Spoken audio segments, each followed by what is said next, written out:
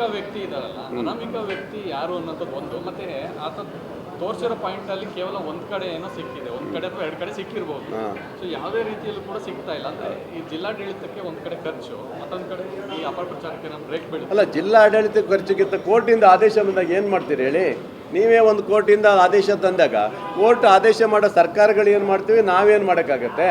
ಆ ಸರ್ಕಾರ ಕೋರ್ಟ್ ಆದೇಶ ಬಂದಾಗ ಅನಾಮಿಕ ಎಲ್ಲೆಲ್ಲಿ ಹೇಳ್ತಾನೆ ಅಲ್ಲಿ ನಾವು ನೋಡುವಂಥ ಕೆಲಸ ಅಷ್ಟು ಬಿಟ್ಟರೆ ನಾವು ಬೇರೆ ಕಡೆ ಎಲ್ಲ ನಾವು ಹೇಳುವಂಥ ಪ್ರಶ್ನೆನೇ ಇಲ್ಲ.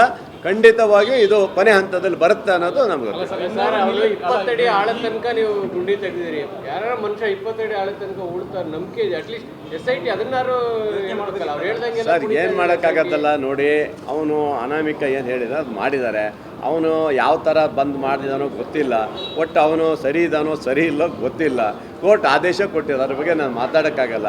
ಅದೇನಾದ್ರು ಆಗಿಲ್ಲ ಅಂದಮೇಲೆ ಅನಾಮಿಕನ ಮೇಲೆ ಏನು ಕ್ರಮ ತಗೊಳ್ತಾರ ಅನ್ನೋದು ಮುಂದೆ ಇದೆ, ಅದು ಮಾಡಲೇಬೇಕದು. ಸರ್, ಈ SIT ತನಿಖೆ ವಿಚಾರವಾಗಿ ಮಧ್ಯಂತರ ವರದಿ ಏನಾದರೂ ಬಿಡುಗಡೆ ಇಲ್ಲ, ಕೊಡಲ್ಲ. ಮಧ್ಯಂತರ ವರದಿ ಕೊಡ್ಲಿಕ್ಕೆ ಬರೋದಿಲ್ಲ, ಹಂಗೆಲ್ಲ.